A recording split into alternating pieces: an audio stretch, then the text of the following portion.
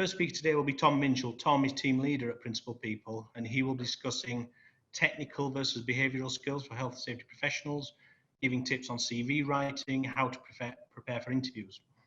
And our second speaker today is Naz Bhad, and Naz manages the Interim and Contract division at Principal People. So Naz will be giving top tips on how to break into health safety consultancy roles and also discussing interim roles. And for the final part of today's webinar, I'll be giving a brief overview of the IOSH Mentoring Scheme. So it's a given that any health and safety job will require a certain level of qualification. But what other skills are employers looking for when they pour through the pile of CVs? I've been on the recruiting side of things where I've advertised for roles, and we've had a mountain of CVs come in, and it's how do you make yourself stand out on that pile of CVs?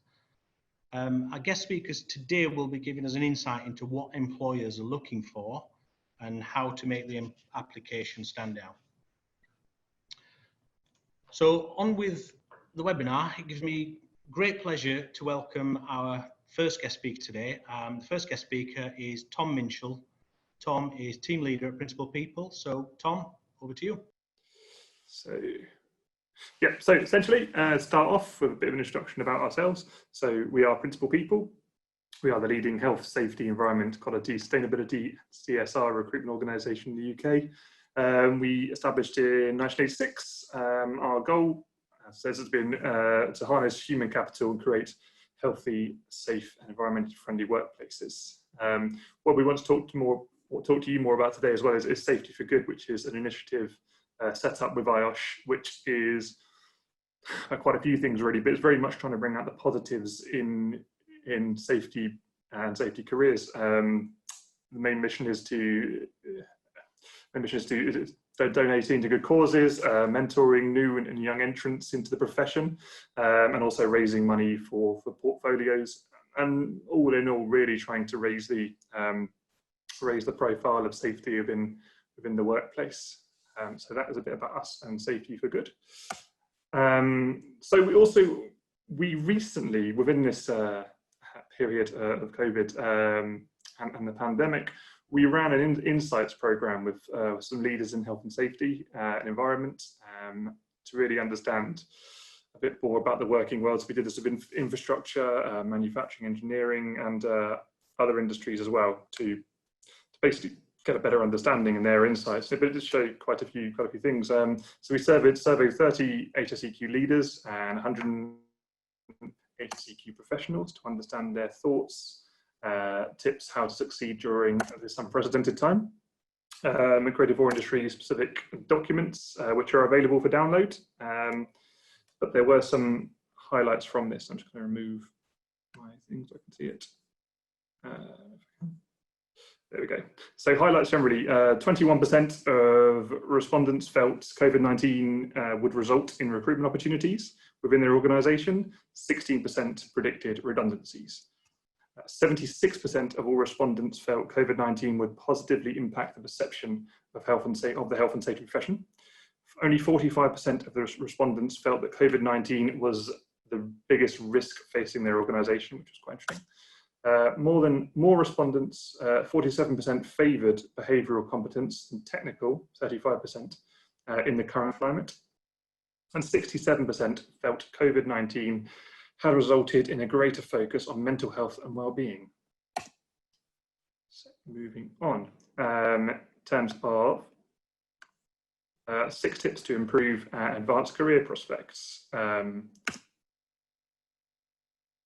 So we're going to talk about, as Lisa said, utilising a value-adding mentor for Safety for Good and IOSH. So in advancing your career, we do think it's a very good idea, if you can, to team up with a mentor or someone that can give you advice where they've gone in their career and just general advice through the daunting kind of applications and going through the processes. So again, Safety for Good and IOSH can very much help you with that.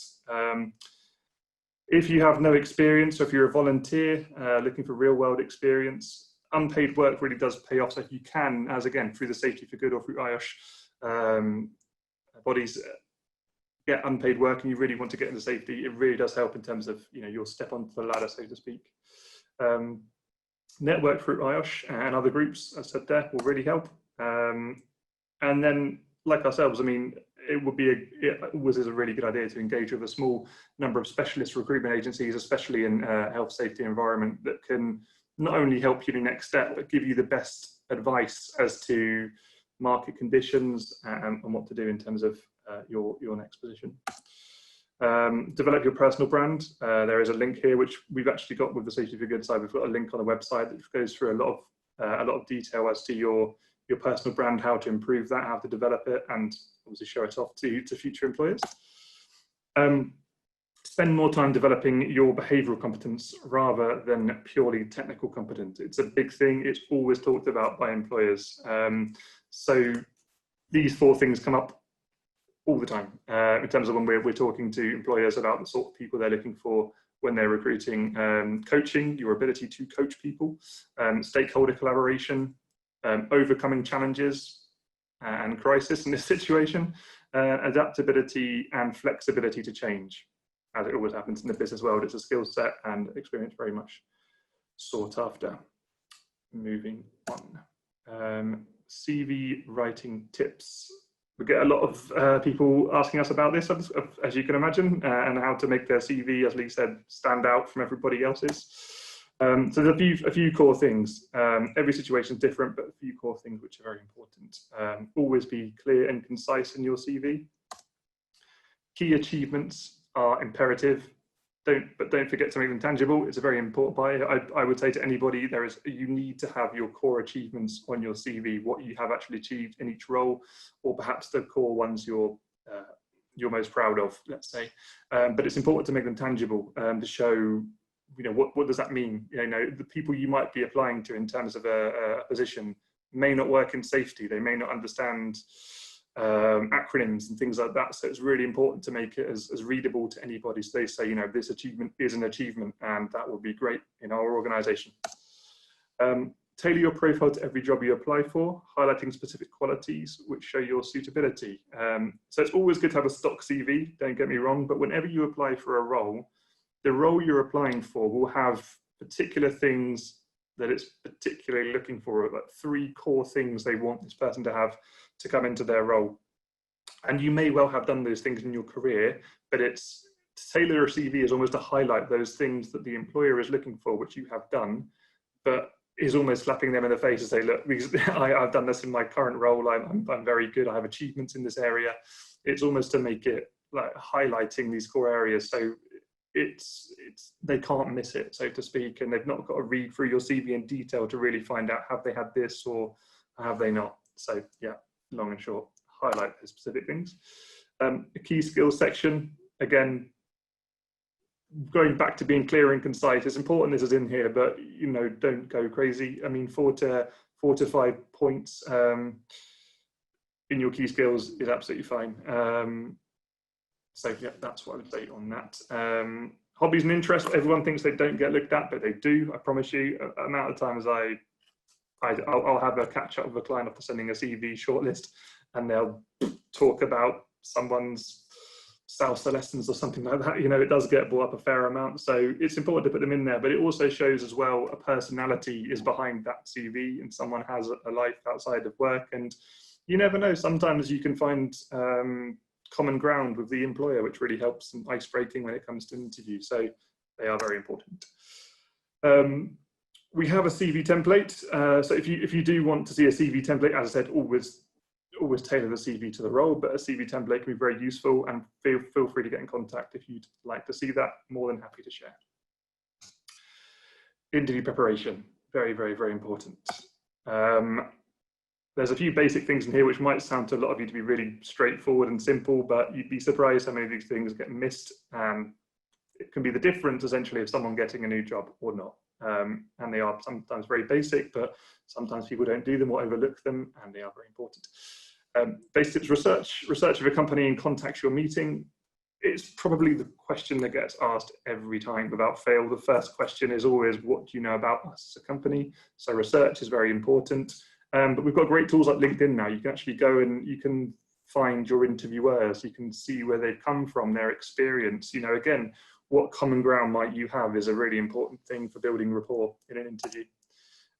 Conservative appearance, obviously smartly dressed, always works in an interview. I'll be honest, it does come up quite a lot where they might say, you know, not as smart as they could have been for interview, and it is all about first impressions. You've got sometimes in the first stage interview an hour to make an impression that, you know, you're going to fit in with that team. So conservative appearance is very important.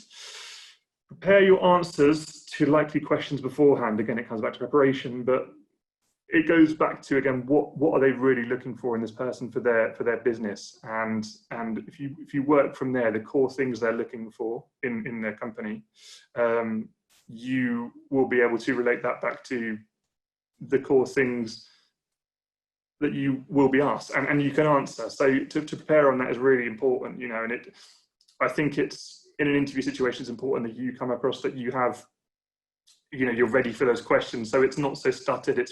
It's more fluent. You appear, you will know what you're talking about, but it appears you're more confident with it. So again, very important to do that. The STAR technique is something I live and swear by, purely because you can be fantastic for a role, but not doing one of these things will basically affect how your interview goes. Essentially, plentiful people, they will do some of these things, but not all of them, and it can actually affect how they come across and the strength of their examples. So STAR technique stands for situation, task, action, result. Now, a lot of people do some of these things. They might talk about some fantastic results they've had in an organization, but they don't talk about how they got there, the tasks, the actions they had to take, the challenges they had along the way. And if you don't do that, people don't understand, you know, what you've actually done or how you got to that result, and they think, well, could it be a fluke? You know, you don't really have the story behind it. Conversely, you also have the other side, some great examples and some great stories, but without a result at the end of it, you don't really show the employer that, you know, I'm really going to make a difference in this organization. And I can, again, going back to the previous point of having tangible examples, having tangible results is very important. Now, that's not always in terms of figures. Sometimes things are more qualitative than they are quantitative, but they are still important to show a result and a change from that example. Follow-up correspondence. Of course, we do that anyway as an agency, but I still recommend it anyway. If you have connected to those people on LinkedIn, start to thank them for their time. You know, every little helps. It does go a long way sometimes. So again, I recommend that. But we do, you know, as you'd imagine, we have full interview guides. And look, you know, it's not about, you know, if you're not working with us for a role, you can't speak to us. We're more than happy to help our community. You know, if you've got an interview somewhere and you want some interview help and preparation, we're more than happy to help you with information we can provide you with. And that comes to the end of our my presentation, and that is me heading back to Lee. Tom, brilliant, thank you. A couple of points in there which we touched upon.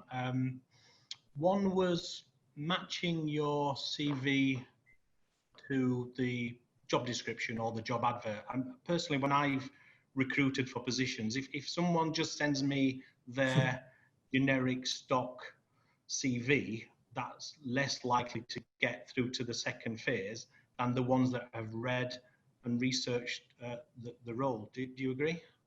I do agree, but it's important. I mean, don't copy and paste the job description and put in your CV. You know, there's a fine line there, but it shows you're interested, and you would be surprised. You honestly would. You know, from the other end of the table, I suppose, the amount of applicants an employer will get for a role, and most of it's just a case of sending a CV in just for the hell of it, and it's not attractive. If you've really looked at the core requirements and you've thought about it, taken an extra hour, whatever it is, to go through your CV and move it around to show those core things they're looking for, almost right at the top of your CV, then of course it's obvious that, you know, that those will be the ones that will go through. So it's very important. Yeah. Another one on interviews. I've not been asked this question for a while, but I'm assuming it still does the rounds on interviews. Where do you see yourself in 5 years? I mean, hopefully that question's long gone, but how would you advise people to approach that question? Depends on the situation, but to be honest with you, most employers are looking for people who are ambitious and they want to make a difference. You know, I think it's difficult in health and safety because essentially if you come into a role and you are the sole health and safety manager of that business, you know, to say that it's, sometimes you can't say I want to be the next level up, because there might not be a next level up, but you need to at least show there is some ambition. And in 5 years time, I see myself as ready for, you know, a new challenge and expansion of role, a more seniority within the business. It's important to say that if someone asks you, you know, where do you see in 5 years time, same place, it doesn't really, you know, show that kind of, you know, ambition and a great candidate, I suppose. Yeah, I agree. I spoke to someone this last week about this question, and they told me that they saw themselves running their own consultancy business. And I said, well, please don't mention that, because, you know, that's telling the employer that you're using this potentially using this role as a stepping stone to get there. So it's difficult. You know, I'd keep it quite generic. You know, the first objective would be, of course, to obtain the role within that company and then develop within that role. I personally might get turned off by someone who's saying, well, I want to set my own business up, or I want to do this, you know. It might suggest to me that they're not perhaps 100% committed. Yeah, I mean, even if you do, and you may well do, you don't want to belittle their business or belittle their role. It's important, you know, as they see their role as very, very important, and they want to get the right person for it. So I'd agree. I mean, I'd probably keep it more generic and, you know, want to make a difference within their business. At the end of the day, you are still trying to get that job and you want to impress them. That's the long and short of it. Yeah. And just one last question. You mentioned about achievements, and you and I discussed this the other day, didn't we? What kind of achievements would you expect to see on a CV?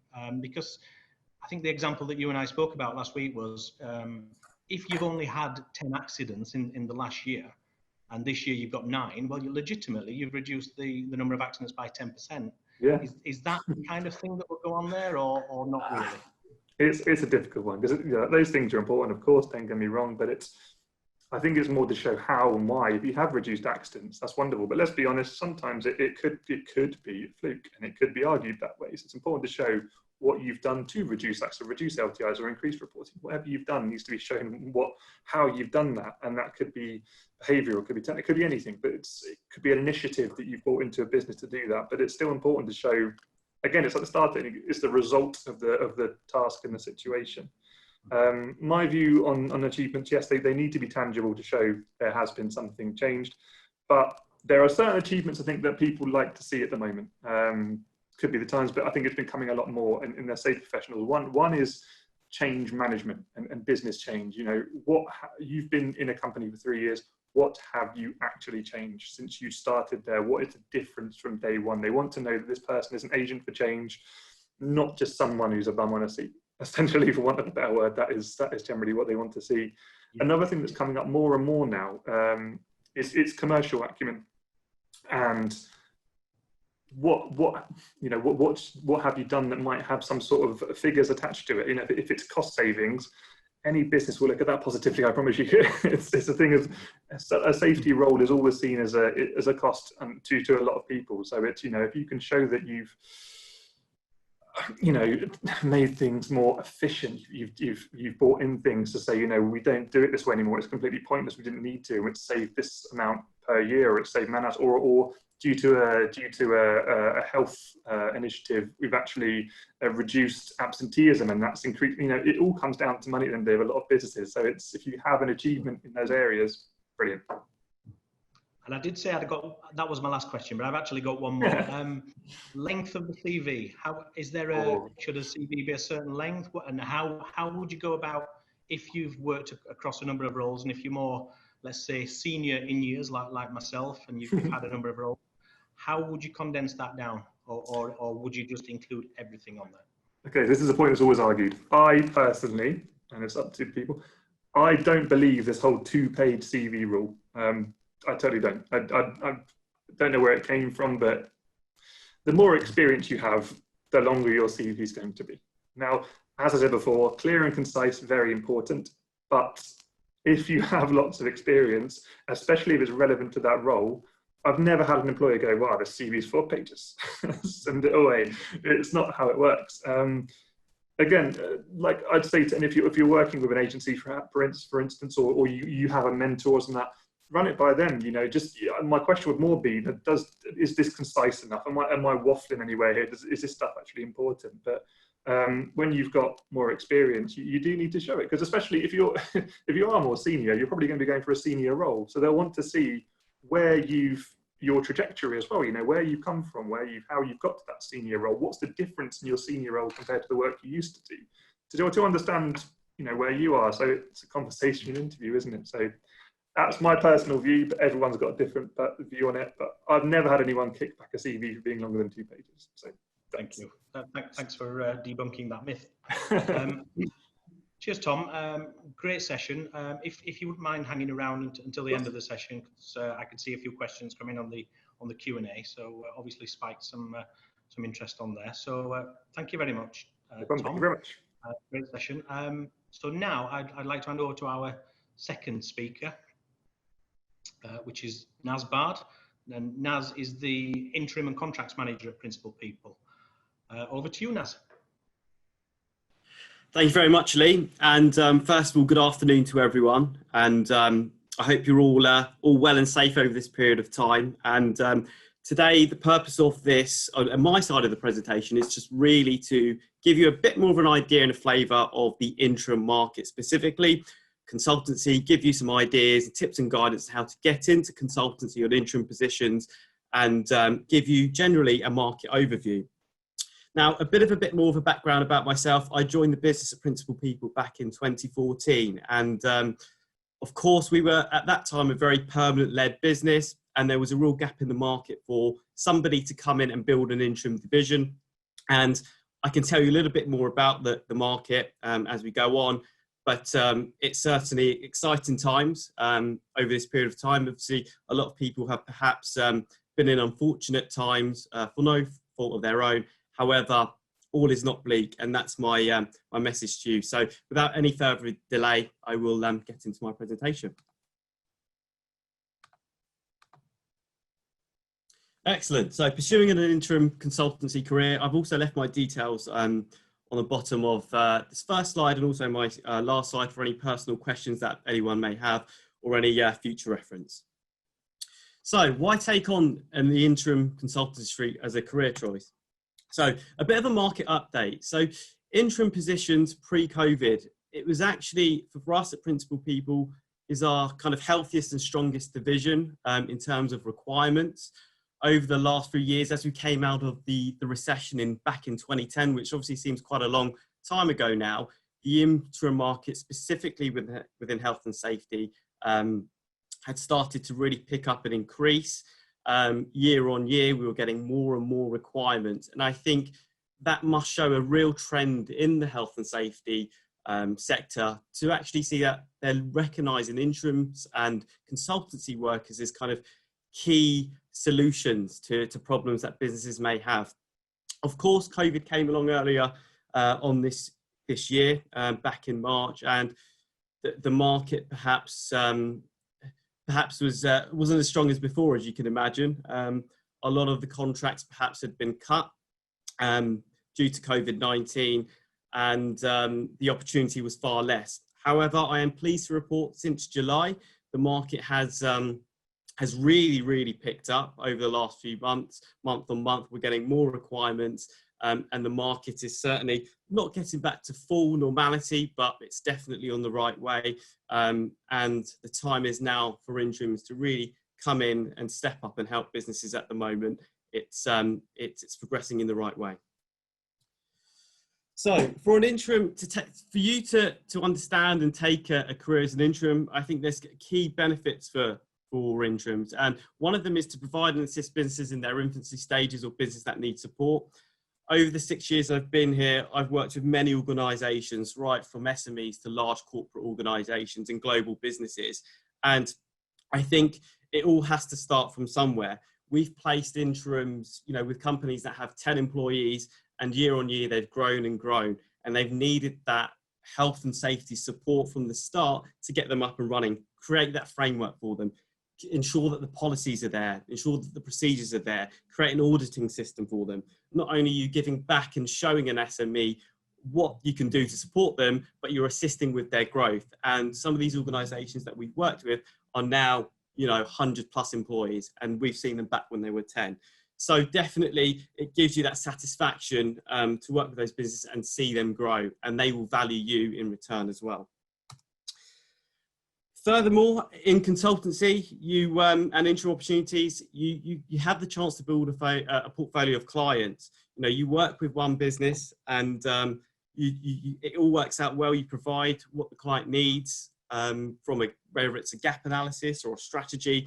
You then get recommended into organisations that they work, or furthermore, partnerships. If you work with recruitment agencies and the relationship is going well, and there is some synergy, and the assignment has gone well, I'm sure that they can look to provide you some more work and build that portfolio of clients to really build your own business.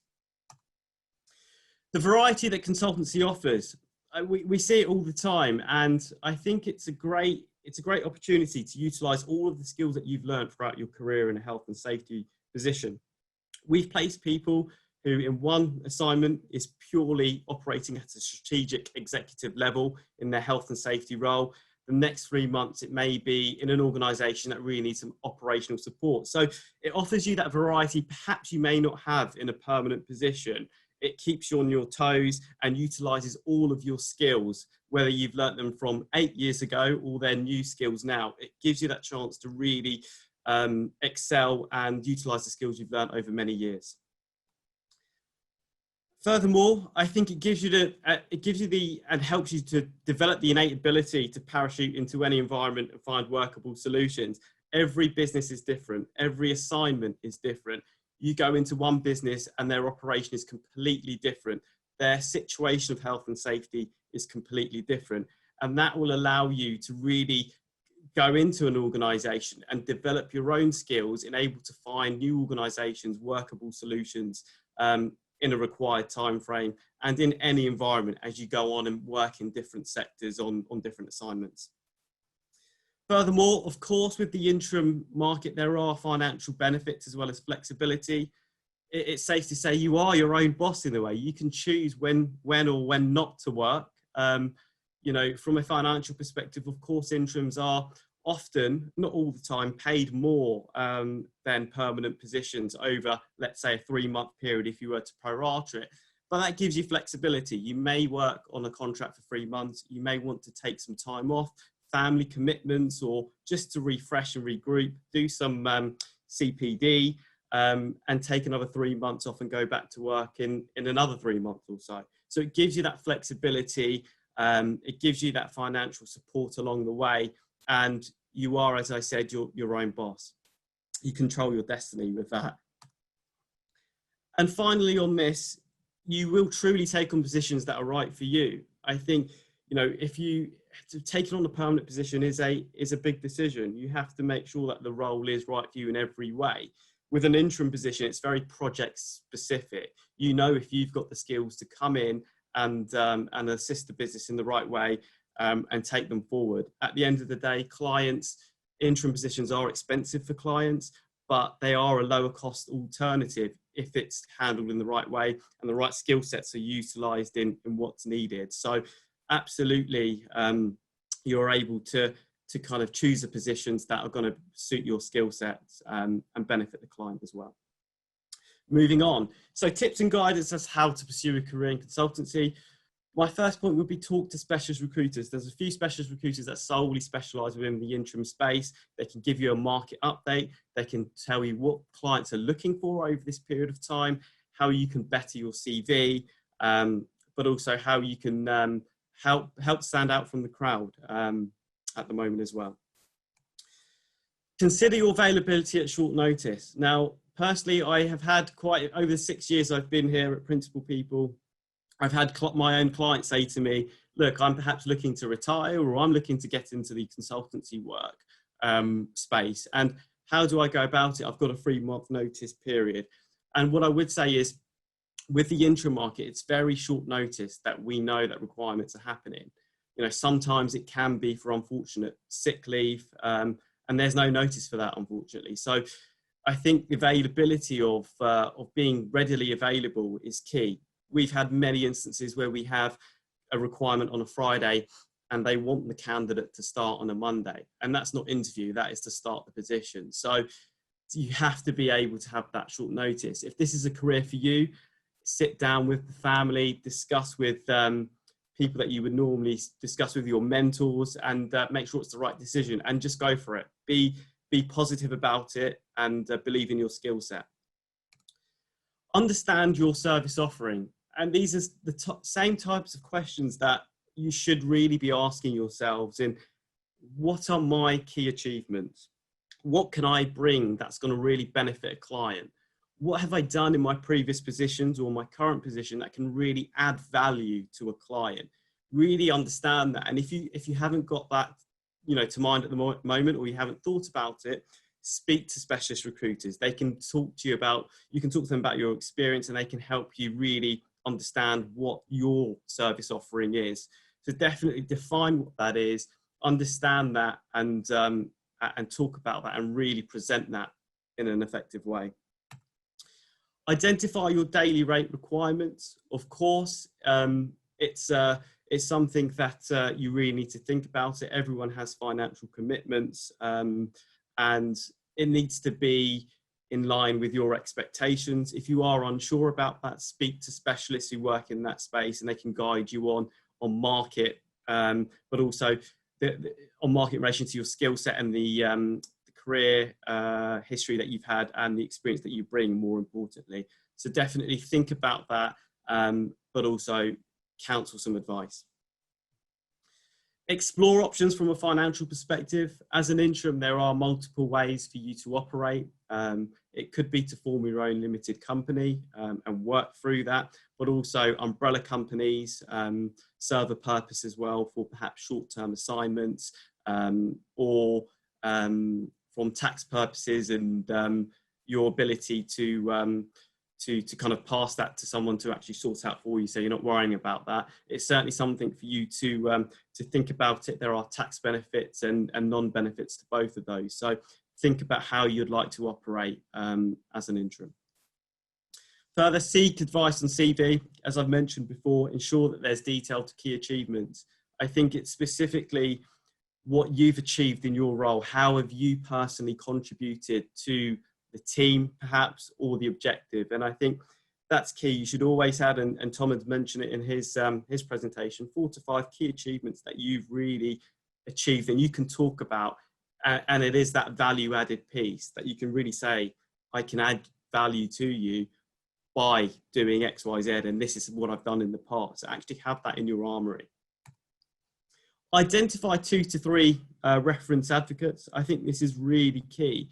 Often when we are presenting candidates to clients, if we've got 2 references or 3 references we've taken before, it really gives that proof in the pudding, and it hasn't come from one voice, it can come from 4 voices to really push your expertise and skills in there. So references are really important, and start to think about who would give me a reference on the work that I've been doing, and who would really kind of give that in a positive light that we can proactively present to clients. So that's something for you to think about.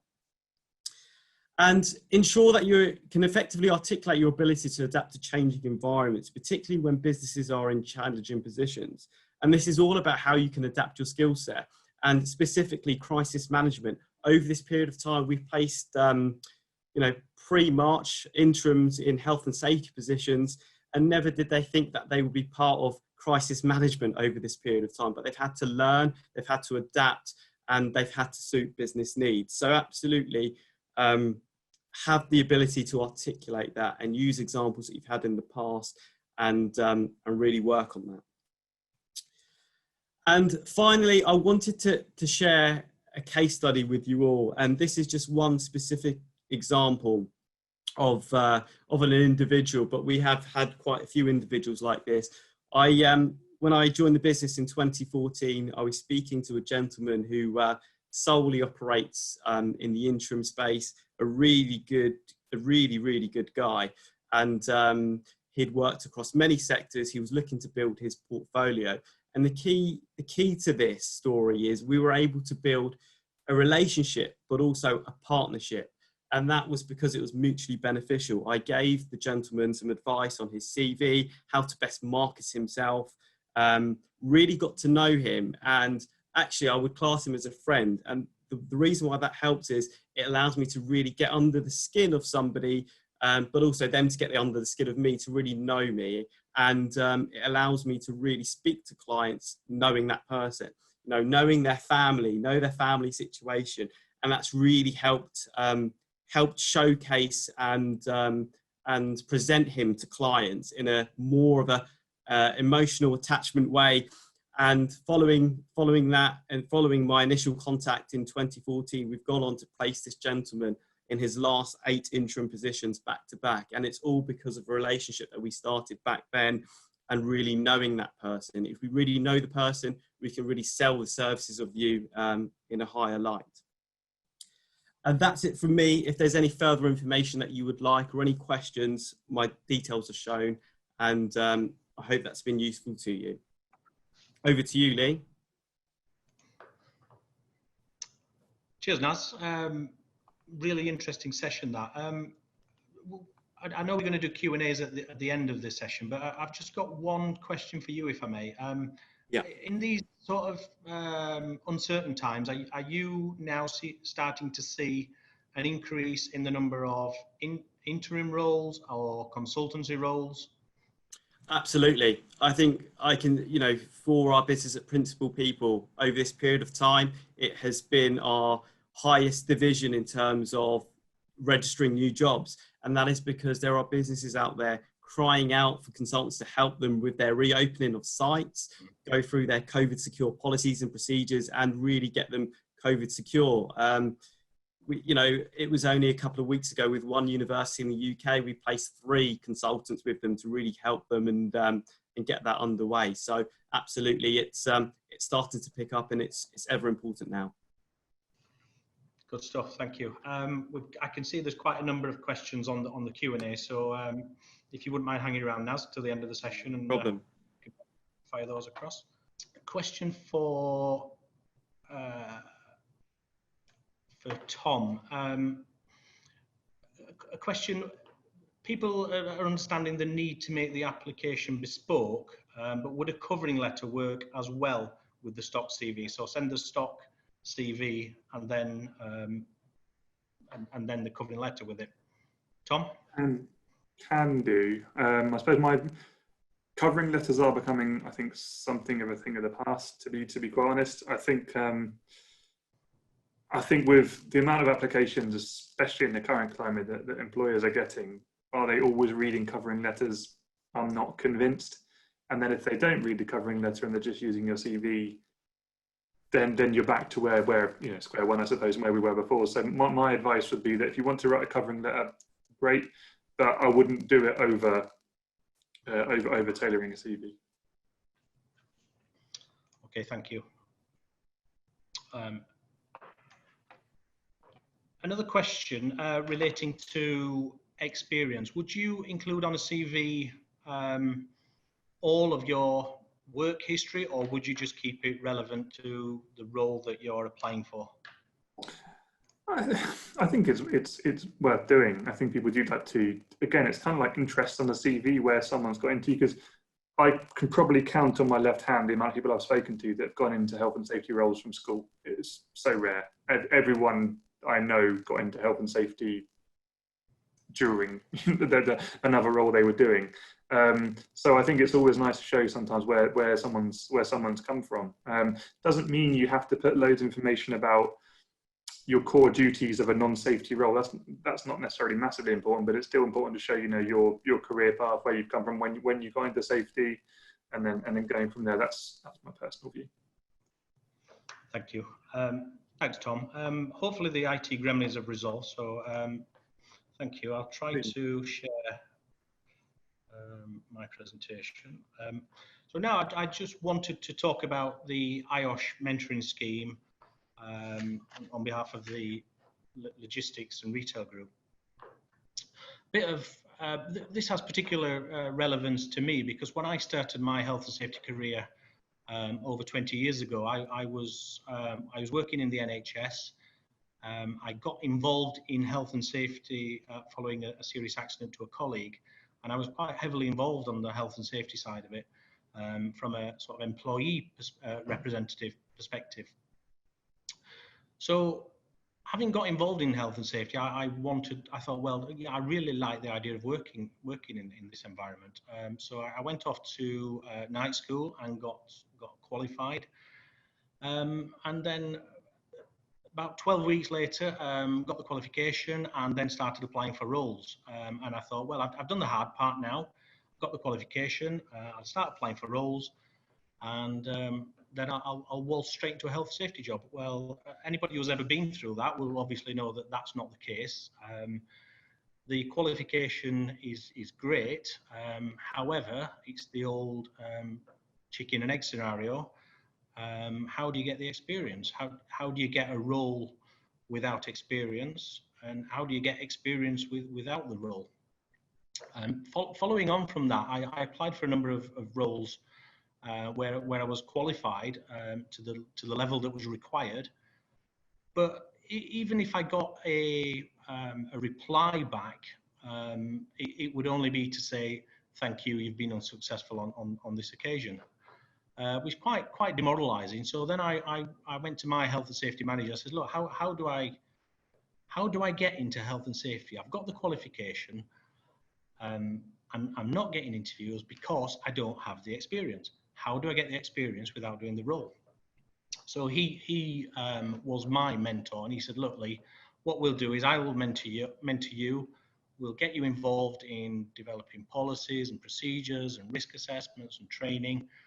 And then that started to flesh out my CV. And then when I started applying for roles, then all of a sudden I'd got the experience, and I was starting to get the get the interviews, and luckily I was luckily able to get my first job. So without him mentoring me, I wouldn't be sat here now. So I think it's incumbent on all of us, particularly the more senior people who are IOSH professionals, to help the next trench of professionals to come through. You know, it's health and safety is traditionally an older generation. People working in health and safety, traditionally it's given to the people who are coming up to retirement. So yeah, it's incumbent on us to sort of help the next level of practitioner to come through. So this wasn't around at the time when I was looking to get into health safety as a career, but IOSH have recently developed the IOSH Mentoring Scheme. As I said before, it's a platform. It's an online platform where people can build relationships with other professionals, identify any gaps in their knowledge, and then help other people. So you can sign up to be an IOSH mentor or mentee, or both. You know, some people might be able to offer some great skills and advice on roles that they've been carrying out, but they might need some further, you know, if they're mid-career or early career, they might need to give some advice to mentees. So it will help you to improve your leadership, communication, and coaching skills, and also it does go towards CPD. As I said before, the IOSH mentoring is powered by platforms supplied by PLD. So PLD do provide for a number of large organisations and government bodies in regards to mentoring, and they've recently come on board with IOSH. It's based on the years of expertise in supporting organisations on their mentoring needs. And the idea is to connect people within health and safety, more experienced individuals who can share their knowledge and experience with their mentees. So as I said before, I got the qualifications, but I didn't have the experience. So it's helping them with that side of things.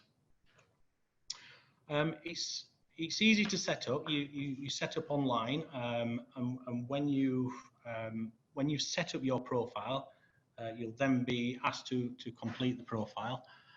So you go onto once you've set up your profile, it will ask you a set number of questions as to what stage of career you're in, how you might be able to help mentees, what qualifications you have, what membership levels you have, and then it'll ask you to put a short summary together on how you would, what you would be able to bring to the role of mentoring. So you start with your job title, your place of work, your IOSH membership category, and your career stage. So whether you're a student, young professional, latecomer, retired, or mid-career, it will ask you to put that into the profile. You then give a short career summary. So as the speakers have talked about before, your achievements, the qualifications that you've gained, your achievements in working in the field of health and safety, and then competencies where you can help the mentees with. But when you register, you decide whether you want to be mentor, mentee, or both. You complete and save your profile, and then you will appear on searches. So if you are a mentor, you will appear in searches for mentees, and vice versa. The mentees will be able to find a mentor looking at their particular required skills and experiences. The IOSH, the mentoring scheme has been developed around the IOSH core competencies. So we're all aware of the new core competencies that IOSH brought out in 2019, which is looking at technical competencies, core competencies, and behavioural competencies. Coaching and mentoring is part of the behavioural competencies. So there are 69 different core competencies over 12 different categories.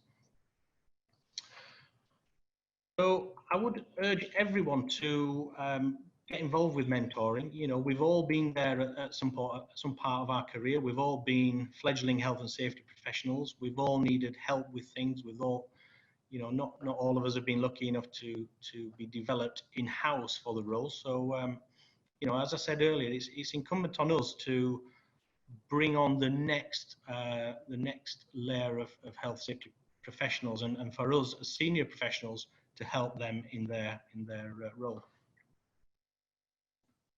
So that's a very brief overview into IOSH mentoring.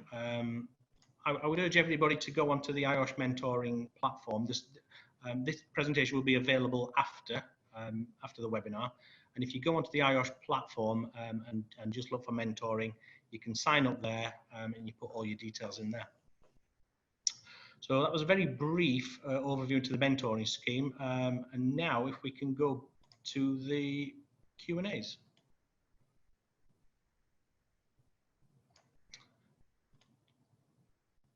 So a question today, probably for Tom.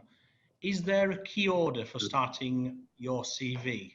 So do you start with skills or achievements or employment history? So I would start with profile is one thing people always leave off, but it's very important. A bit about yourself, not huge, talking like a paragraph, that sort of just like an introduction to who you are in the CV. I'd then generally go for related qualification, level 6, level 3, whatever it might be for the role that's required and you have. Then I'd go key skills, bullet points, I said sort of 5 to 6. Then 2 ways you can do it. You can have a key achievements section there, or you go into your employment history. And if you don't have a key achievements section there, it's important you have, say at the end of each role you're talking about, key achievements in those roles. Either one works. It's just important you have key achievements in your CV. After the employment history, and then I would put normally education, if you've, school or whatever it might be, A-levels, GCSEs, and that sort of stuff. And then after that, hobbies, interests, anything else, basically. That's the, again, but if anyone wants a template, again, email me after the session, more than happy to send it over. Brilliant. Without sort of naming any specific qualification bodies, are you now starting to see more roles being advertised with different qualifications or technical, membership levels of IOSH? Are you now starting to see a shift in that? Not specifically. I think actually it's probably widened out. I think a level of qualification is always important, but I think it depends on level. I think for a level 6 qualification, level 5, level 6 qualification, you'd expect of a management level. So I would say if you are looking to progress your career and getting to management, senior management, highly recommend going there, because not every employer will look for it, funnily enough, but it will open doors that would have been shut. That would I'm not saying every single company will want that, but you don't know what you're missing out on if you don't, I would say on that point. The competency levels are always talked about, definitely.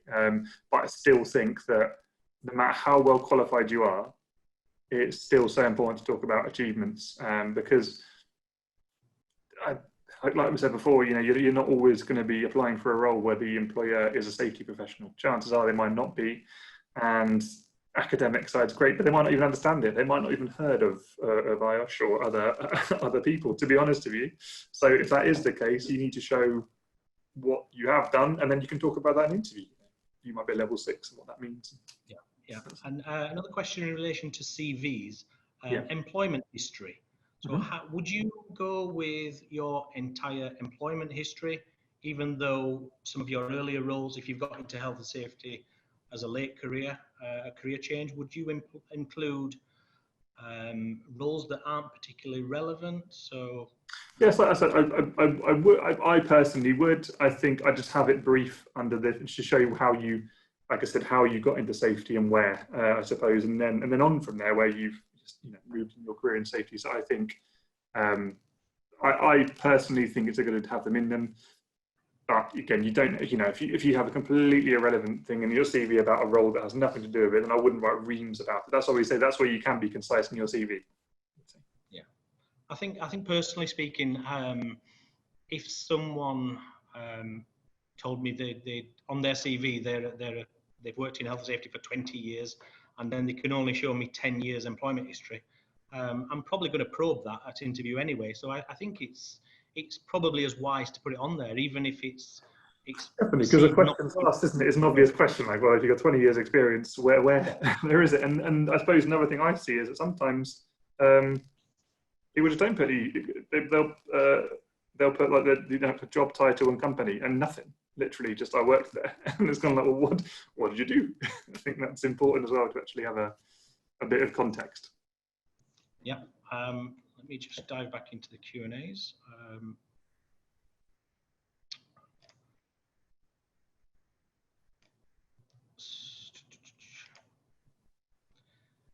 For someone who's came into health and safety from school, what is the best way to gain experience to start in the profession, especially with the hindrance that's been placed with COVID-19? Yeah, so tough times right now, to be quite frank. It's always been very difficult to get into the safety roles as someone who's just got into the profession or wants to. It's very hard to get that first foot on the ladder, so to speak. So as I said before, you know, that's why the Future Leaders and Mentor scheme is so important, because it's those people that might be able to help you out with a connection or a network connection or some volunteer work or something that helps build a portfolio. Much like CPD, it builds a portfolio. And if you can show that, companies do recruit for junior safety professionals, but you will have far more likelihood of getting that role with some qualification and some willing to do volunteer work and get a real life experience than someone who's just got the qualification out of a college, for instance. You will put yourself in better stead than that person. That's what I would say. Yeah, I would agree. We are running out of time. We've got loads of questions. Unfortunately, we're not going to be able to get through them all. So I think there's a facility for us to answer questions after the webinar. So you know, if we can do that, we will. One last question. Someone's asking about multidisciplinary skills. So are you now starting to see roles where, I know I'm starting to see more roles where it's quality, health, safety, environment. Are you starting to see a shift in that, or is that generally not the trend? It's a funny one. I mean, I think as a lady, I think on there asks, you know, some companies don't know what they're looking for themselves. Sometimes that's true. Sometimes companies say, oh, I want a HSE manager and I want them to do everything. It's kind of saying like, well, where did that come from? And sometimes where I suppose the genesis of roles can be very odd. It can be a case of, well, we had this guy who was originally a health and safety manager, then he took on quality over years and years, and they've built this person. And when that person has moved on, that person doesn't exist out there in the market space anymore. So sometimes it's our job, and sometimes your job as well, to educate that client. So, you know, I'm a safety professional. I'm happy, and I'm you know, keen to take on new skills. That's fine, but you know, everyone's got their specialism, haven't they? And I think sometimes the clients do try and kill 5 birds with one stone and just have a massive job spec of a wish list. But I think that they come to know, I mean, you know, it's not uncommon for a company to recruit once and go, do you know what, maybe it's just too broad, what do we really need? Let's have a recalibration. And yeah, so it's an odd one, because some companies always have, some companies haven't, and some companies on their job spec will say QHSE, but really the role is purely health and safety. It's just the title of the role. So it's sometimes you've got to read between the lines a little bit. In my experience, if it's QHSE, you don't normally get the salary that reflects a Q, an H, and an S, and an E. No, So, 4 jobs you're expected to do. yeah. Well, brilliant. Unfortunately, we're out of time, and I think we could have gone on a lot longer. So we don't have any more time to take any more questions. But after the webinar, people can either contact Tom or Naz directly, or myself through LinkedIn. We'll be sure to answer all the questions that we get. So I'd just like to wrap up today's webinar by saying thank you to Tom, and also thanks to Naz. Very enlightening, and I've picked up certainly a few things on there, particularly on the CV side of things. So thanks everyone. It's been a great webinar. As I said, IOSH Logistics and Retail have a LinkedIn page, so please do connect with us on there, and we've got some great committee members with some great cross-sector experience. So connect with us on there. We're always on the lookout for webinars and topics, and you know, get involved, get in touch with us, and thank you once again. So thanks again, Naz and Tom. That formally ends today's webinar on behalf of the IOSH Logistics and Retail Group. So thanks everyone for attending. Thank you. Thank you very much, Joel, and thank you, Lee. That's been great. Cheers. Thank you, Naz.